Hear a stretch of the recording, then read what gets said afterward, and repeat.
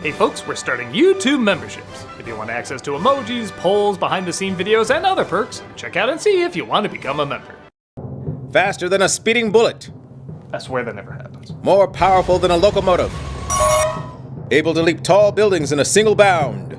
But he can also fly, so it's a tad less impressive when you know that.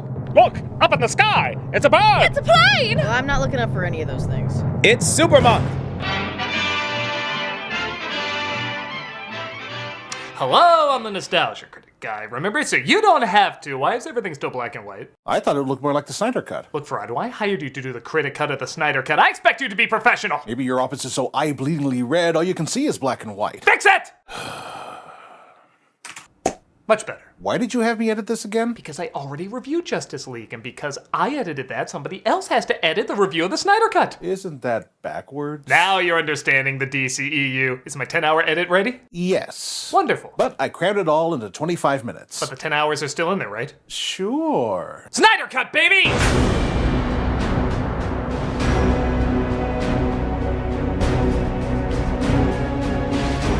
It's pretty well known that while Zack Snyder's name is on the original Justice League, a family tragedy caused him to step down, and the studio had Joss Whedon finish the edit and reshoots. Since its disappointing response, though, fans have demanded for years the Snyder Cut of the film be released.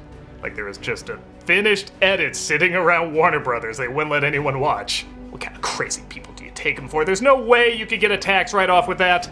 Nevertheless, in 2021, Snyder got the go-ahead from Warner to edit and even finish shooting his version of the film. Now, I'll be totally honest, I didn't think it was gonna be that great. Snyder's a talented filmmaker, but I don't think he always understands the important center of his characters. In Batman v Superman, I still don't know why Batman is fighting Superman. However, I like seeing people's untampered vision of something. I find it interesting. Star Wars was clearly great because people stepped in and gave Lucas advice. But man, Phantom Menace is one of the most fascinating examples of people just never telling somebody no. Well, Warner said yes several times here, allowing Snyder to shoot in the IMAX ratio like he intended, giving a pretty hard R rating, and even having it clock in at 4 hours. Words can't explain how excited I was to see this implode on itself, but at least an artist would finally have his untampered vision. And with all the jokes and criticisms I've made over the years mocking this guy's take on the DCEU, this is not only my favorite DCEU movie of his, but it might be my favorite movie of his, period. It is so drenched in visual storytelling, gripping atmosphere, and a tone that balances its epic scale, but also quiet reflection. Sure, there's a ton of talking in it, but there's also a ton of visuals, and both help each other tell the story the same way an epic comic book does. I truly was shocked how much I enjoyed this flick, and I'm gonna go into detail why. So now that my vision of the review has finally been edited. Yep, I didn't leave anything on the cutting room floor. Good to know. Let's wrap up Supermonth with the Snyder Cut. Okay, Zach, you want us to like your DCEU films? Maybe don't remind us of your DCEU films. Well, it's already more Cyborg in this cut than we've seen in the Whedon version. I will say the only thing I miss from the original edit is the Everybody Knows song. I was actually surprised that wasn't a Snyder choice, but it already sets up the mystery of the mother boxes much better without even uttering a word of dialogue, as we see them seemingly come to life with Superman's death. Just the buildup of this cautious Amazon approaching this thing is far more tension than anything in the original. Except that one shot, we all agree that's the one good moment in the film. Bruce Wayne goes searching for Aquaman, so he asks Aquaman if he's seen him. There's a stranger, comes to this village from the sea. He comes in the winter when the people are hungry. He brings fish. Which is kinda like killing family. You know, if I want Whedon jokes, I watch the Whedon version. With that said, it is interesting comparing these two alternatives. Like, both these scenes get across the same thing, but Whedon's version only sticks to the essential information with an occasional joke. It's tight and quick, but you tend not to care because it goes by so fast. Snyder really takes his time, which you think would drag, but it keeps you more invested because the characters are really taking in what the other is saying. Thus, we are too. With that said, I am kind of surprised some dumbbell moments made it into both versions. Fight comes, we'll need you. Don't count on it, Batman. Why not? Also, can you call me Shazam around total strangers? But we get the song. which people seem to like, but I think it's just odd. So pretty much a typical Snyder experience for me. But seriously, for a 4-hour flick, this film flies. Like, what would you say we're about 3-4 minutes in? We're at the 15-minute mark already, and it does not feel like that amount of time has passed.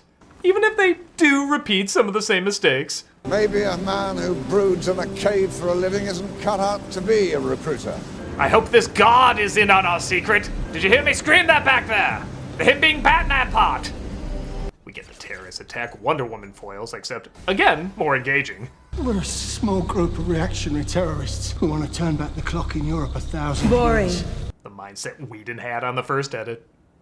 Can I be like you someday? You can be anything you want to be. Yeah, that's a little much, but literally the film ends with her cutting a guy's head off. I think a little levity is welcomed.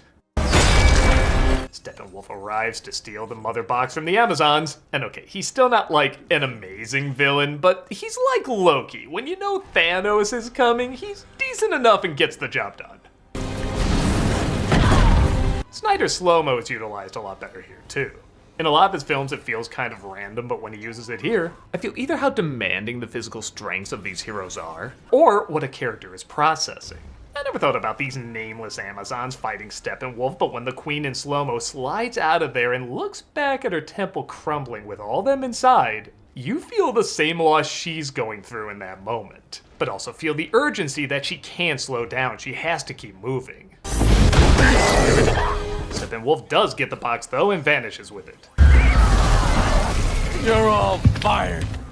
They do that lighting Gondor beacon thing and Diana gets the message. She goes searching for answers by putting the arrow shot in an ancient temple where the future forecast doesn't look great. Again, not one word is uttered here, but looking at these carvings against Diana's reaction is all you need.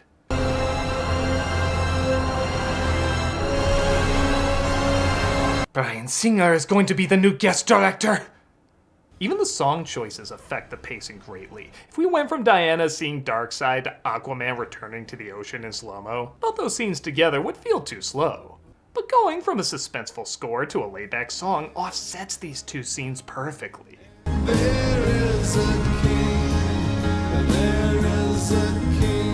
I can't believe we're actually an hour in at this point. These small additions really do make a huge impact.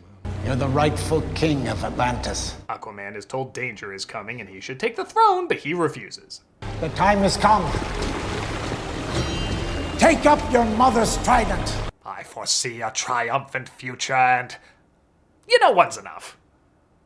Steppenwolf talks with his superiors, maybe a few too many times as the movie goes on, but again, I do legit listen to what he has to say because we do find out more about him and he's looking for redemption.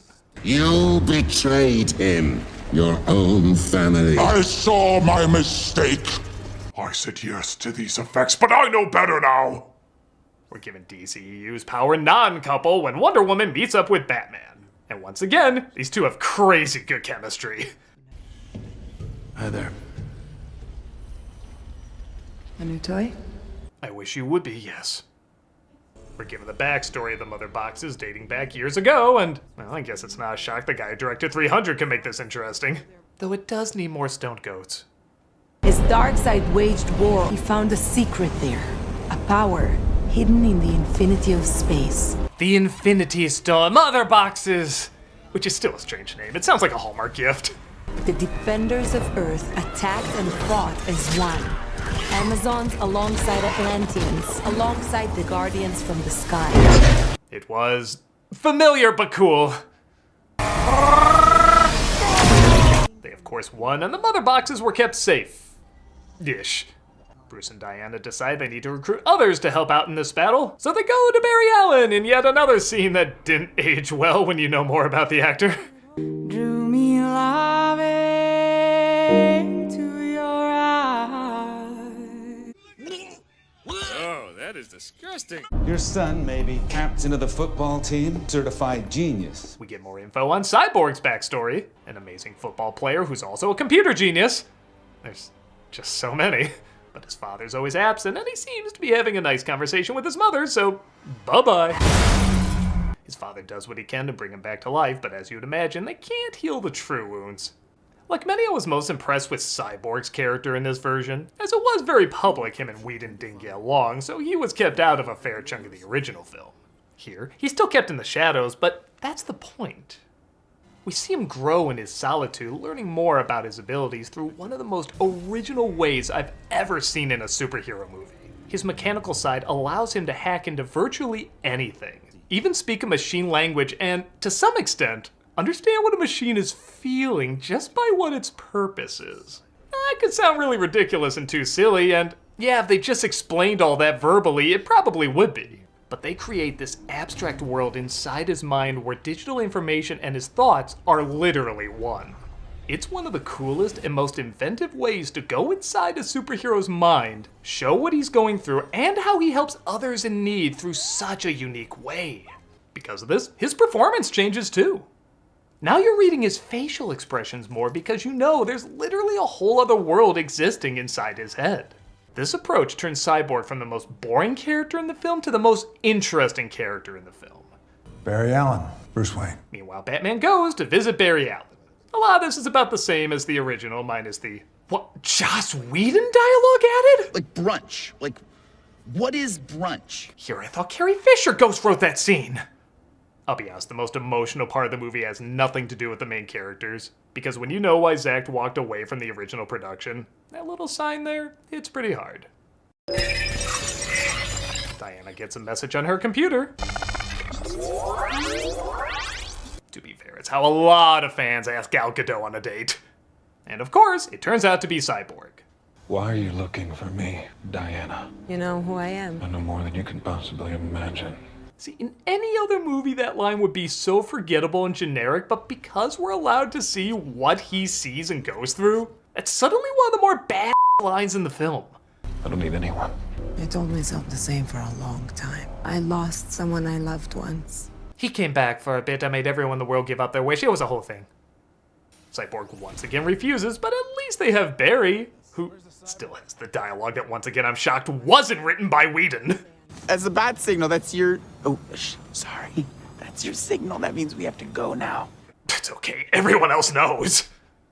Steppenwolf takes the second mother box from under the sea. Apparently Amber Heard's sudden British accent wasn't enough to stop him. He's as short-sighted as he is cruel. Take what men we have left and form a phalanx around the mother box. Oh, rather! And only a regular movie running time in, I think we can show our heroes teamed up in costume now. These lead back to Stryker's Island, between the two cities. A bunch of scientists have been kidnapped by Steppenwolf, one of them being Cyborg's father. Thus they go in to try and save him. Do you really think that... Oh, wow, they really just vanish. Huh? Oh, that's rude. You know, can you run back in time and create a paradox where your jokes work in movies? They have a big fight, and, well, again, Snyder's pretty good at making visually interesting battles, and this one's no exception. But I never saved anyone before. Yeah, that scene's gone, thank God, that made no sense. Aquaman joins the party like before, and the last mother box is safe for now. The resurrected Darkseid is not pleased.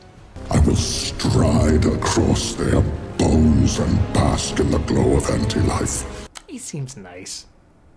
We discover Cyborg's father used the mother box to bring him back to life, which means they can use it to bring back the person they don't even have to name. Who's gonna say it? I'm not gonna say it. Oh, right, this is Supermonth.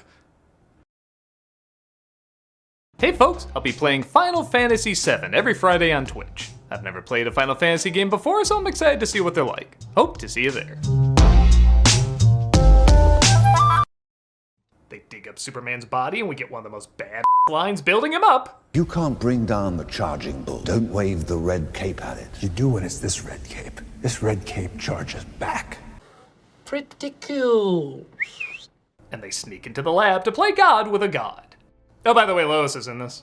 Yeah, she's about as shoehorned in as she was in the other versions. Anyway, back to cool. There's not enough charge to wake the box. I might be able to do it. Flash uses his super speed to charge up the mother box to charge up Superman, except this time there actually is a point that returns later with time travel. Oh, and it also gives us this disturbingness.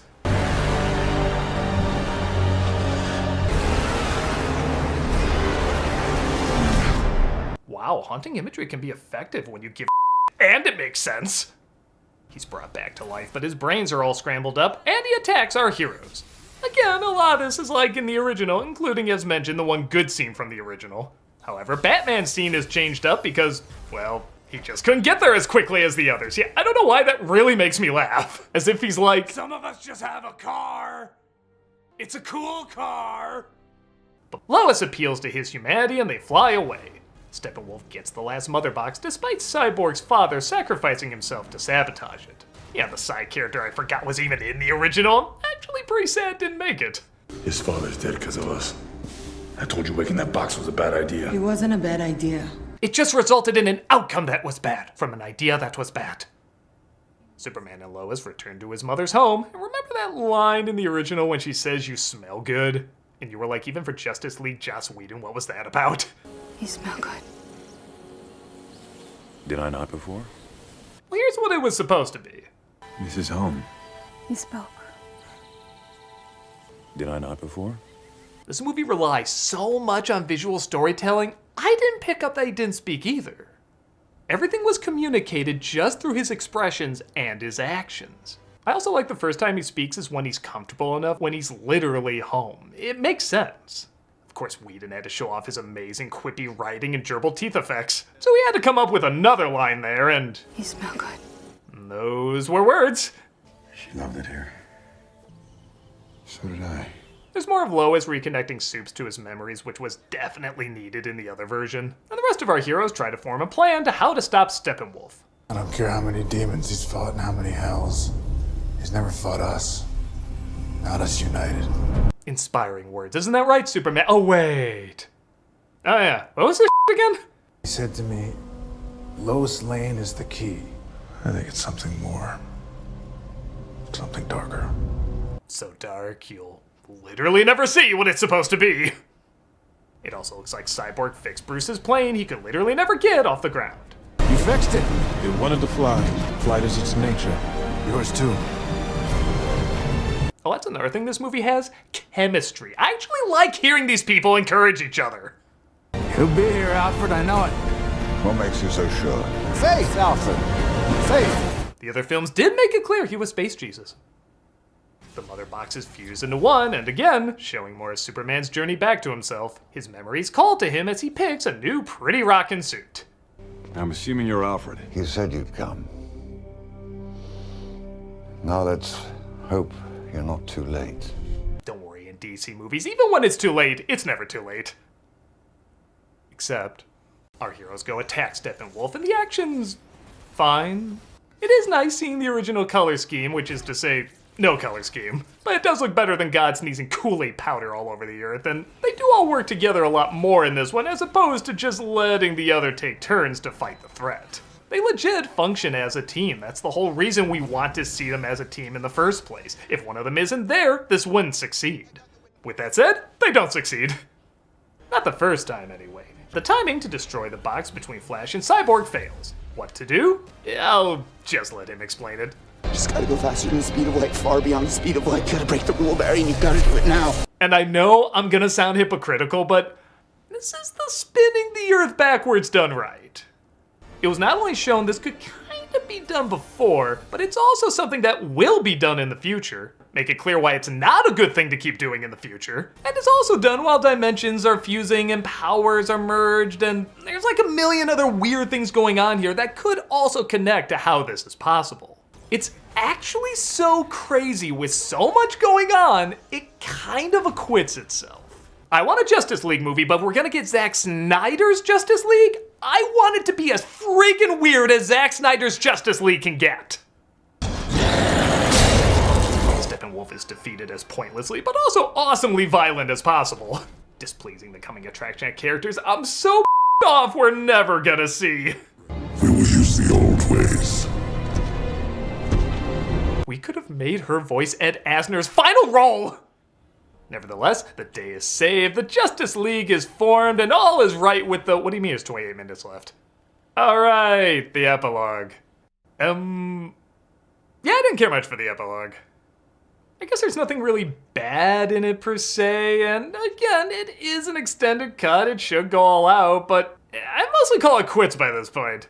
I just watched a 3.5-hour movie that did not feel at all like a 3.5-hour movie, but with the epilogue, I instantly feel the film's running time. With that said, some of the stuff's pretty cool. You know I hate Eisenberg's Lex Luthor, but replacing shouldn't we have our own league with... If you want the Batman, his name is Bruce Wayne. That's an upgrade! Seeing the apocalyptic future Batman dreamed about is kinda neat, even if it does feature drunken mime Morbius offering favors. You don't want to kill me. Who's gonna give you a reach around? It's Jared Leto's Joker, directed by the guy who made this. Of course he says something like that! But probably my biggest screaming to the gods, shouting no moment is when they revealed one of the most underappreciated actors, Harry Lennix, was about to play Martian Manhunter. Your mother and father would be proud. They've called me the Martian Manhunter. This guy is a Shakespearean actor, and I think he would have crushed it as this character in future movies. If they went the makeup route and, you know, not Michael Bay Ninja Turtles covered in JFK lips from Forrest Gump. But yes, for a film I was pretty much reading the playbill to bad for, I absolutely love this movie. It has a unique identity that separates it from other superhero films, but doesn't separate it from the past films in its library either, for better or worse. Snyder being allowed to do whatever he wants really shows how well he can let the visuals in a visual medium do most of the talking. I'm not gonna act like this is an amazing script or anything, but its atmosphere and pacing and even some of its ideas are so engaging to me. I feel like it gave me an experience I never had before. One where the superheroes do practically no superheroing until a normal movie runtime would end, and I amazingly didn't mind. It truly feels otherworldly in a way that plays into the strengths of this filmmaker and very little into his weaknesses. It's not the Justice League movie I would expect growing up reading the comics, but that's also kind of what I like about it. It is something different that plays by different rules and gives me something new. They're not groundbreaking rules or anything, but they offer a fascinating point of view that relies more on tone and going slow while also still being bombastic and super energized. I can't say it's like one of the greatest superhero movies to watch, but it is one of the most unique superhero experiences to encounter. And there you go, my special 10-hour review of the Snyder Cut. It just flew by, didn't it? Yes, well, that's what happens when you have such an engaging star. Yeah, that's one word for it. Oh, that reminds me, you're still making that 3-hour Nostalgia Critic intro, aren't you? Yes, and I'm so good that I squashed it down to a few seconds. You're a miracle worker. Well, thank you everyone for joining me for Supermonth. And you know, I've been making fun of Warner Brothers so much, I think it only makes sense to make fun of their competitor. I only wish there was a clear sign that could point me in the right direction for what movie to make fun of. I only wish someone could make it so clear that...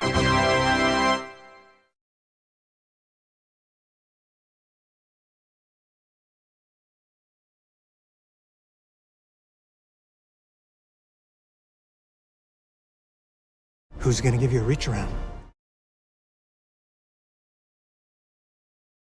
We're continuing cameos for charity, and all this month, we're donating to Living Beyond Breast Cancer. Living Beyond Breast Cancer is fulfilling its mission to provide trusted information and a community of support to those impacted by the disease. They offer in-person experiences and on-demand emotional, practical, and evidence-based content that is meaningful to those newly diagnosed, in treatment, post-treatment, and living with metastatic disease. Having done this for over 30 years and having a 4-star rating on Charity Navigator, this is definitely a great one to support. So if you want a cameo from me saying happy birthday or congrats or whatever, click on the link below and be giving to a good cause. Or if you're like, I hate your face, I don't want a cameo from you, still consider looking at this charity anyway.